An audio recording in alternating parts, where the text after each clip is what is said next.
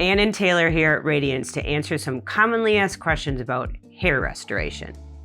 At Radiance, what treatments do you offer for thinning hair? We offer PRF scalp injections. These are your own platelets and growth factors obtained through a blood draw that are then injected to the areas of thinning hair. We also offer an at-home treatment called plaited hair serum that is made up of exosomes to help stimulate new follicles. For the in-office treatments, how often do I have to do those?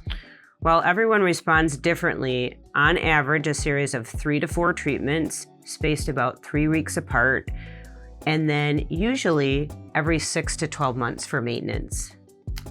If someone's bald, will PRF help the hair grow? Unfortunately, balding conditions are not going to be helped with PRF. Talk to me about downtime. Is there any downtime with the scalp injections? You can go home immediately and wash your hair, and after washing the treated area, there is usually no visible evidence of treatment. If you have further questions about hair restoration, schedule a consult with one of our providers to learn more.